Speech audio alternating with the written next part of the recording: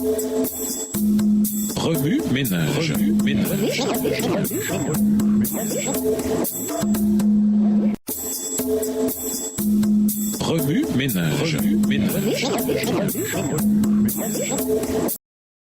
Bienvenue dans votre émission Remue ménage. Nous voilà à la leçon de mardi, investiguer. Lisons Genèse 15, versets 6 à 21, Jérémie 34, versets 8 à 22, Éphésiens 3, versets 14 à 19, Hébreux 7, verset 27, Lévitique 16, versets 29 à 34, Romains 3, les versets 21 à 26 et Romains 5, verset 8. Genèse 15 et versets 6 à 21. Abraham eut confiance en l'Éternel qui le lui imputa à justice. L'Éternel lui dit encore, « Je suis l'Éternel qui t'ai fait sortir d'Ur en Chaldée pour te donner en possession ce pays. » Abraham répondit, « Seigneur Éternel, à quoi connaîtrai-je que je le posséderai ?» Et l'Éternel lui dit, « Prends une génisse de 3 ans, une chèvre de 3 ans, un bélier de 3 ans, une tourterelle et une jeune colombe. » Abraham prit tous ces animaux, les coupa par le milieu et mit chaque morceau l'un vis-à-vis de l'autre. Mais il ne partagea point les oiseaux. Les oiseaux de proie s'abattirent sur les cadavres et Abraham les chassa. Verset 12. Au coucher du soleil, un profond sommeil tomba sur Abraham. Et voici une frayeur et une grande obscurité vinrent l'assaillir. Et l'Éternel dit à Abraham, sache que tes descendants seront étrangers dans un pays qui ne sera point à eux. Ils y seront asservis et on les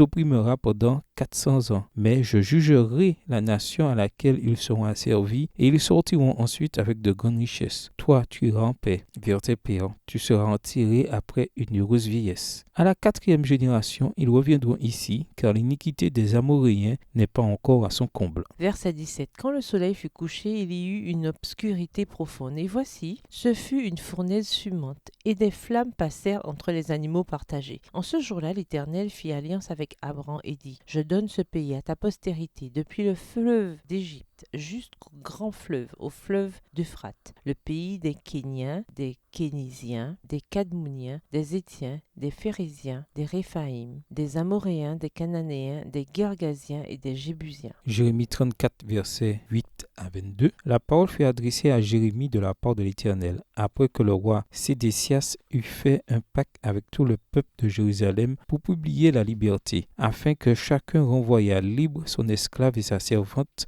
l'hébreu et la femme de l'hébreu, et que personne ne tint plus dans la servitude le juif son frère. Tous les chefs et tout le peuple qui était entré dans le pacte s'engagèrent à envoyer libre chacun son esclave et sa servante, afin de ne plus les tenir dans la servitude. Ils obéirent et les renvoyèrent. Mais ensuite ils changèrent d'avis. Ils reprirent les esclaves et les servantes qu'ils avaient affranchis, et les forcèrent à redevenir esclaves et servantes. Alors la parole de l'Éternel fut adressée à Jérémie de la part de l'Éternel en ces mots. Ainsi parle l'Éternel, le Dieu d'Israël, j'ai fait une alliance avec vos pères, le jour où je les ai fait sortir du pays d'Égypte, de la maison de servitude, et je leur ai dit, au bout de 7 ans, chacun de vous renverra libre son frère hébreu qui se vend à lui. Il te servira 6 années, puis tu le renverras libre de chez toi. Mais vos pères ne m'ont point écouté, ils n'ont point prêté l'oreille. Verset 15. Vous aviez fait aujourd'hui un retour sur vous-même. Vous aviez fait ce qui est droit à mes yeux en publiant la liberté chacun pour son prochain. Vous aviez fait un pacte devant moi dans la maison sur laquelle mon nom est invoqué. Mais vous êtes revenus en arrière et vous avez profané mon nom. Vous avez repris chacun les esclaves et les servantes que vous aviez affranchis, rendus à eux-mêmes, et vous les avez forcés à redevenir vos esclaves et vos servantes. C'est pourquoi, ainsi parle l'Éternel, vous ne m'avez point obéi en publiant la liberté, chacun pour son frère, chacun pour son prochain. Voici, je publie contre vous, dit l'Éternel, la liberté de l'épée, de la peste et de la famine, et je vous rendrai un objet d'effroi pour tous les royaumes de la terre. Je livrerai les hommes qui ont violé mon alliance, qui n'ont pas observé les conditions du pacte qu'ils avaient fait devant moi, en coupant un veau en deux et en passant entre ses morceaux. Je livrerai les chefs de Juda et les chefs de Jérusalem, les eunuques, les sacrificateurs et tout le peuple du pays qui ont passé entre les morceaux du veau. Verset 20. Je les livrerai entre les mains de leurs ennemis, entre les mains de ceux qui en veulent à leur vie, et leurs cadavres serviront de pâture aux oiseaux du ciel et aux bêtes de la terre. Je livrerai Sédécias, roi de Juda, et ses chefs, Juifs entre les mains de leurs ennemis, entre les mains de ceux qui en veulent à leur vie, entre les mains de l'armée du roi de Babylone qui s'est éloigné de vous. Voici, je donnerai mes ordres, dit l'Éternel. Je les ramènerai contre cette ville. Ils l'attaqueront, ils la prendront, ils la brûleront par le feu. Et je ferai des villes de Juda déserts, et je ferai des villes de Juda un désert sans habitants. Éphésiens 3, les versets 14 à 19. À cause de cela, je fléchis les genoux devant le Père, duquel tire son nom toute la famille dans les cieux et sur la terre, afin qu'il vous donne, selon la richesse de sa gloire, d'être puissamment fortifié par son esprit dans l'homme intérieur, en sorte que Christ habite dans vos cœurs par la foi, afin qu'étant enraciné et fondé dans l'amour, vous puissiez comprendre avec tous les saints quelle est la largeur, la longueur, la profondeur et la hauteur, et connaître l'amour de Christ qui surpasse toute connaissance, en sorte que vous soyez remplis jusqu'à toute la plénitude de Dieu. Hébreux 7, verset 27.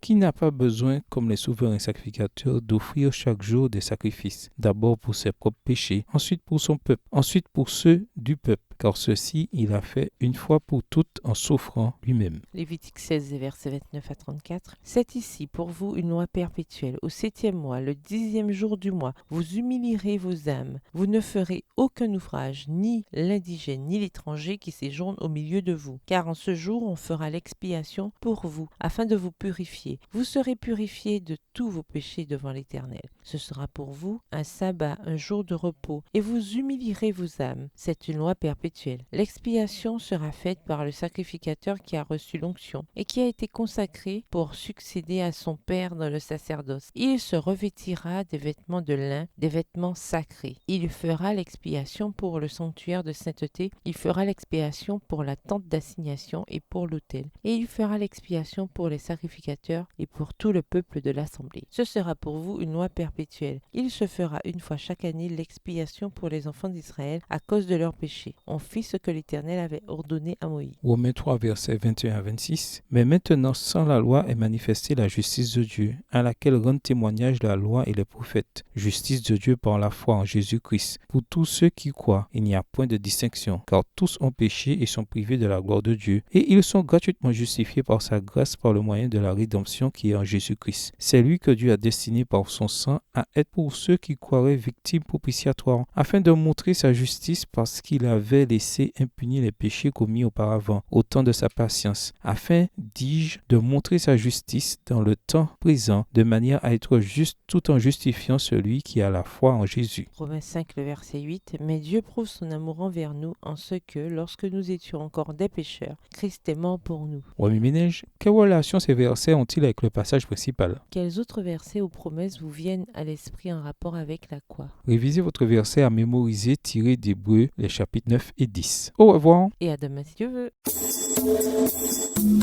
Remue ménage. Remue ménage.